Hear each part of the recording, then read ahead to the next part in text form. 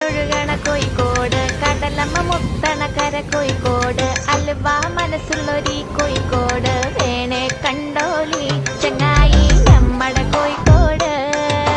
കായ വറുത്ത് തരാടോ കറുമുറ വയറ് നിറച്ച് കഴിച്ചോ ദം ബിരിയാണി കഴിച്ച പിന്നെ സംഗതി നല്ല ഉസാറ് കൽബില് തേനൊഴുകണ കോഴിക്കോട്